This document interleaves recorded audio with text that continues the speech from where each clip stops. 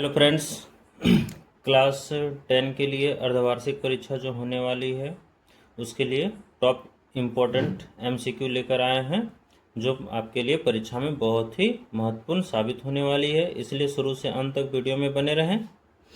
पहला क्वेश्चन, 120 का अभाज्य गुणनखंड 120 का अभाज्य गुणनखंड है। अभाज्य गुणनखंड कैसे निकालते हैं दोस्तों? 120 है, 120 का निकालेंगे अभाज्य गुणनखंड।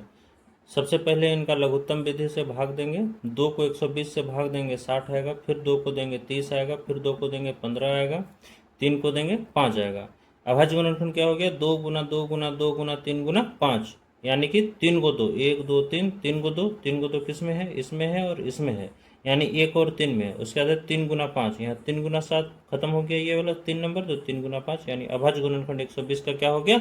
2 गुना 2 गुना 2 गुना 3 गुना 5, 2 गुना 2 गुना 2 गुना 3 गुना 5। क्वेश्चन नंबर 2 में देखते हैं दोस्तों, अभाज्य गुणनखंड 2 गुना 2 गुना 2 गुना 3 गुना 3 का मान क्या होगा?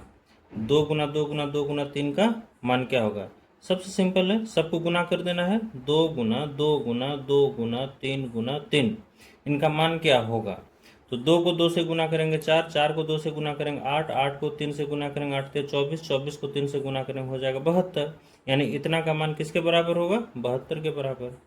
क्वेश्चन नंबर 3 है, 6 और 20 का एचसीएफ निकालना होगा। कैसे निकालेंगे? 6 का पहले लघुत्तम लेंगे, 2 दिया 6, 3 एकम 3। उसी प्रकार 20 का लेंगे, 2 दशम 20 और फिर 2 पंचे 10, 5 एकम 5। अब दोनों में जो कॉमन आता है वही एचसीएफ होता है। तो 6 को क्या लिख सकते हैं हम? 2 गुना 3 गुना 1, और 20 को क्या लिख सकते हैं? 2 गुना 2 गुना 5 गुना 1। दोनों में कॉमन 1 2 आया है और एक 1 है, तो एचसीएफ बराबर क्या हो जाएगा? 2 गुना 1, और 2 गुना 1 बराबर 2, तो एचसीएफ हमारा क्या हो गया? 2। अगला क्वेश्चन है, किसी पूर्णांक m के लिए प्रत्येक विषम संख्या का रूप है। विषम संख्या, अच्छा m क्या है? कोई भी पूर्णांक है, मान लेते हैं m वो पूर्णांक 1 है, तो m बराबर अगर 1 करते हैं, m बराबर 1 1 है। यदि 2 करते हैं, 1 तो विषम हो गया, 2 करते हैं तो फिर सम हो गया, फिर 3 करते हैं तो विषम हो गया, फिर 4 करते हैं तो सम हो गया। ऑप्शन नंबर 1 के लिए। अच्छा, ऑप्शन नंबर 2 के लिए, m अगर 1 करते हैं तो 1 गुना 2 हो जाता है, यानी सम हो जाता है। m का वैल्यू 2 करते हैं, 2 दूनी 4 हो जाता है, फिर भी सम। 3 करते हैं, 3 दूनी 6, सम। हमको बोल क्या रहा है? विषम संख्या होना चाहिए, तो 1 भी खत्म हो गया, 2 भी खत्म हो गया। अच्छा, ऑप्शन नंबर 3 में चलते हैं। m का वैल्यू अगर 1 लेते हैं तो m का वैल्यू 1 लेते हैं तो 1 + 1 2, यानी सम हो गया। m का वैल्यू अगर 2 लेते हैं, 2 + 1 3, भी सम हो गया। फिर m का वैल्यू अगर 3 लेते हैं, 3 + 1 4 हो गया, सम हो गया। और हमको केवल विषम संख्या आना चाहिए, यानी इसमें सम और विषम दोनों आ जा रहा है। ऑप्शन नंबर 4, जब तीनों छूट गया तो ऑप्शन 4 तो ऐसे ही मार देंगे, फिर भी अगर चेक करना है तो कर लीजिए। m का वैल्यू अगर 1 लेते हैं तो क्या हो जाएगा? 2 गुना 1 + 1, 2 एकम 2 + 1 कितना हो गया? 3। अगर m का वैल्यू 2 लेते हैं तो 2 गुना 2 + 1, यानी 2 दूनी 4 1 5। यदि m का वैल्यू 3 लेते हैं तो 2 गुना 3 + 1, 2 3 6 1 7, तो ऑप्शन नंबर 4। ऐसे भी किसी भी क्वेश्चन में अगर 1 2 3 क्वेश्चन सीधे कट जाए, यानी कि चौथा ऑप्शन हमारा होगा ही, उसको चेक करना है, कीजिए, नहीं करना मार दीजिए आंसर। क्वेश्चन नंबर 5, y बराबर px का एक ग्राफ दिया गया है, बहुपद px के शून्यकों की संख्या। ये वाला एक ग्राफ दिया हुआ है और इसमें शून्यकों की संख्या पूछ रहा है, ठीक है। इस तरह का जब भी क्वेश्चन दे, ग्राफ दे दे और शून्यकों की संख्या पूछे, तो हमेशा देखना है कि वह ग्राफ एक्स अक्ष को, ये वाला एक्स अक्ष है, एक्स अक्ष को कितना बार काट रहा है। जितना बार काटेगा वही हमारा शून्यकों की संख्या होगा। ये ग्राफ एक्स अक्ष को 1 बार 2 बार 3 बार 3 बिंदु पर काट रहा है, यानी कि हमारा शून्यकों की संख्या 3 है। उदाहरण के लिए ऐसे है, ऐसे कोई ग्राफ है, कितना बार काटा? 1 बार, यानी कि शून्यकों की संख्या यहाँ पे कितना हो गया? 1 हो गया। शून्यकों की संख्या 1। एक ग्राफ ऐसा है, ऐसा काटा, कितने बार काटा? 2 बार, यानी कि शून्यकों की संख्या कितना हो गया? शून्यकों की संख्या बराबर हो गया। तो एक ग्राफ है ऐसे, कितना बार काटा? 1 2 3 4, शून्यकों की संख्या कितना हो गया? शून्यकों की संख्या हो गया इसमें 4 बार। यानी कि ग्राफ वाला जब भी क्वेश्चन रहे, बहुत इजी होता है दोस्तों। ग्राफ को देखना है कि वो एक्स अक्ष को, यानी कि एक्स एक्सिस को कितने बार काट रहा है। जितना बार काटेगा शून्यकों की संख्या वही हो जाएगा। क्वेश्चन नंबर 6 में चलते हैं। बहुपद x³ - 3 का शून्य क्या होगा? जब भी बहुपद में शून्य का संख्या बोले, सबसे पहले जो बहुपद दिया हुआ है उसको 0 के बराबर कर देंगे। x² - 3 बराबर 0, तो x² बराबर क्या हो जाएगा? 3। और जब भी स्क्वायर हटता है तो इस साइड रूट आ जाएगा, लेकिन वो भी किस में? प्लस माइनस रूट में आ जाएगा। तो x बराबर क्या हो जाएगा? प्लस माइनस √3, यानी कि एक मान प्लस में √3, x बराबर एक मान प्लस में √3 और एक मान माइनस में √3 होगा। यहाँ पे देखिए ऑप्शन नंबर ए में दोनों प्लस में खत्म हो गया, ऑप्शन नंबर 2 में दोनों माइनस में खत्म हो गया, ऑप्शन नंबर 3 में एक माइनस में है और एक प्लस में है। अच्छा, प्लस वाला इस √3 के आगे प्लस नहीं लिखा हुआ, मतलब प्लस छिपा हुआ है। अगर किसी भी संख्या के पहले कोई चिन्ह ना दिखे, वहां पे 100% प्लस का चिन्ह होता है दोस्तों। क्वेश्चन नंबर 7 में चलते हैं। एक द्विघात बहुपद जिसके शून्यकों का योग तथा गुणनफल क्रमशः -3 और 2 है। अच्छा, इस तरह का जब भी दे दे शून्यकों का योग और गुणनफल, तो इसका सबसे पहले एक फार्मूला होता है, उसको लिख लेंगे। स्टैंडर्ड फॉर्म होता है x² - शून्यकों का योग। अल्फा और बीटा शून्यक मांग लेते हैं। हाँ, कि कोई समीकरण है जिसका 2 शून्यक है, द्विघात समीकरण है तो 2 शून्यक, एक अल्फा और एक बीटा। तो x² - दोनों शून्यकों का योग गुना x प्लस दोनों शून्यकों का गुणनफल अल्फा इंटू बीटा। अब इसी में बैठा दीजिए x² - शून्यकों का योग। शून्यकों का योग कितना दिया हुआ? -3 है। देखिए, एक द्विघात बहुपद जिसके शून्यकों का योग तथा गुणनफल क्रमशः, जब भी क्रमशः लगा हुआ रहे तो पहले योग है तो पहले वाला वैल्यू -3 योग का होगा, उसके बाद गुणनफल है तो बाद वाला वैल्यू गुणनफल का होगा।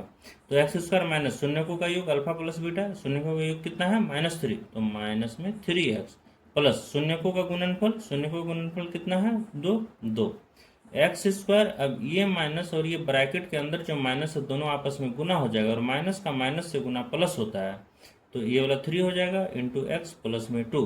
तो वो द्विघात समीकरण हमारा क्या हो जाएगा? x² + 3x + 2, x² + 3x + 2, option number 1।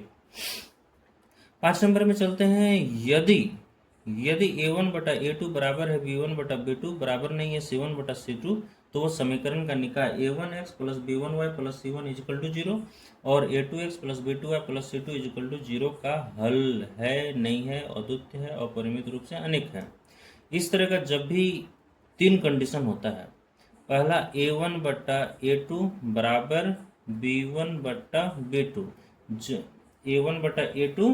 a1/a2 बराबर नहीं होता है b1/b2 का, तो ये क्या हो जाएगा? पहला कि वो प्रतिच्छेदी दो रेखा का ये 2 लाइन होगा, ठीक है, और दोनों लाइन आपस में प्रतिच्छेद करेगा, इंटरसेक्ट बोलते हैं, प्रतिच्छेद करेगा, यानी 2 लाइन एक दूसरे को आपस में इंटरसेप्ट प्रतिच्छेद करेगा, और प्रतिच्छेद करेगा यानी कि सॉल्यूशन निकलेगा, यानी संगत होगा। और कैसा सॉल्यूशन देगा? अद्वितीय सॉल्यूशन, यानी एक हल होगा, अद्वितीय हल या फिर बोल सकते हैं एक हल। इसी में दूसरा कंडीशन आता है a1/a2 बराबर b1/b2 बराबर c1/c2, और इसी को कहते हैं संपाती। क्या कहते हैं? संपाती होगा। और संपाती होगा मतलब एक ही लाइन के ऊपर दूसरा लाइन होगा, इसको भी कहते हैं क्या? संगत। ये भी संगत है या फिर होगा, संगत है या फिर होगा, संगत है।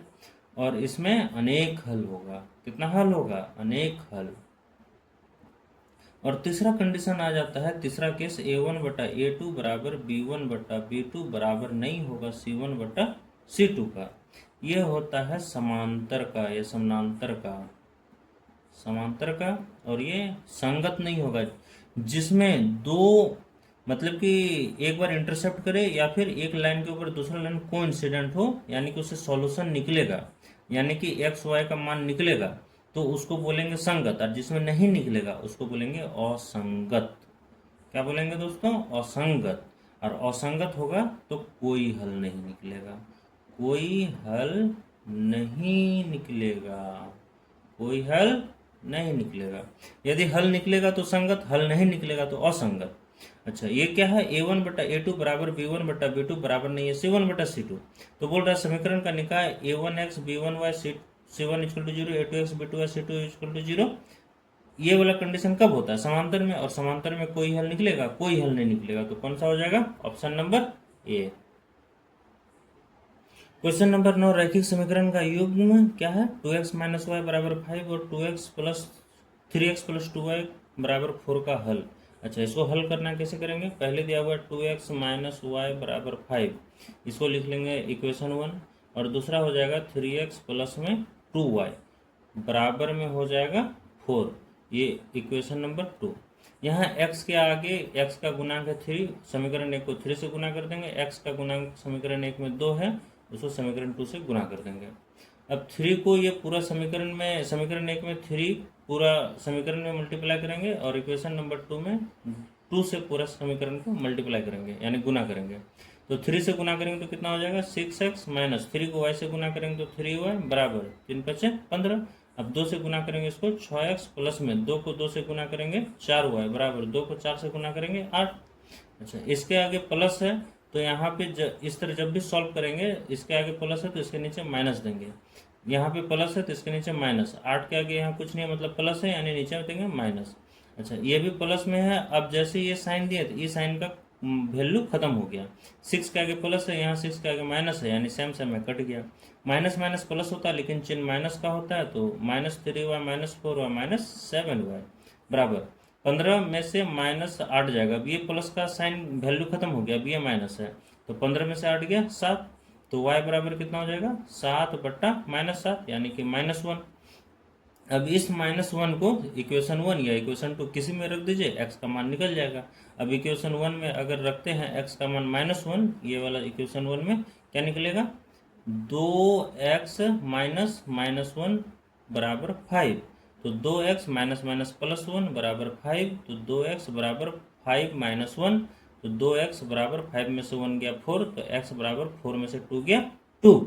x का वैल्यू 2, y का वैल्यू -1 किस में है? x का वैल्यू 2, y का वैल्यू -1, ऑप्शन नंबर 1 में।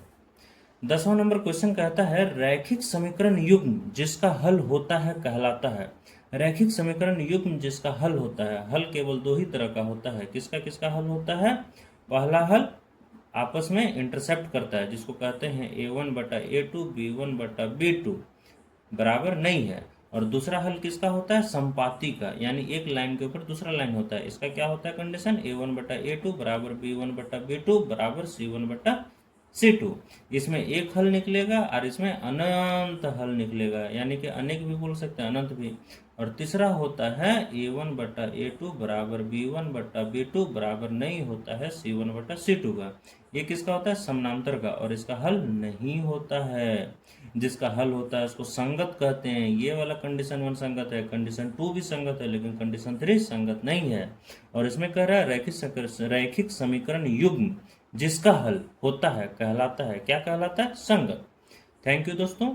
10 क्वेश्चन का ये MCQ टॉप MCQ लाए थे जो कंप्लीट हुआ। इसका पार्ट 2 बहुत ही जल्द आएगा। कैसा लगा कमेंट करके जरूर बताएं।